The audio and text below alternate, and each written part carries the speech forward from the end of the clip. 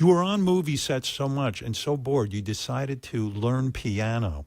Yeah. You want to be able to go to a bar somewhere, sit down, and just sort of amaze people that you could play. That's the dream, man. That's my dream. Like, I know I'm not going to be Eddie Van Halen. Nope. But I wouldn't mind jamming with a friend. Just like a half scotch sitting up there and like.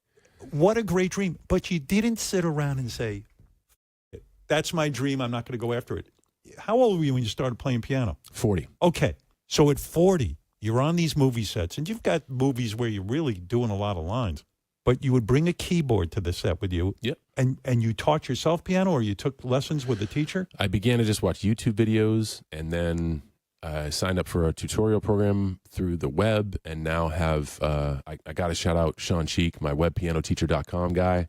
He's taught me in the last 3.5 years to truly become a piano player. Can you read music? I can't, but he has a method where it's almost like piano tab, so it's piano tablature, and through that I've developed a good fundamental base on to play the stuff that I want, and slowly I would be doing much better if I just had a teacher over my shoulder and learned how to read music and developed good habits. But the way that I can remain curious about it and the way it remains fun and joyful is the system I have now, and I'm not held to any constraints. I don't feel as if I have to miss a piano lesson.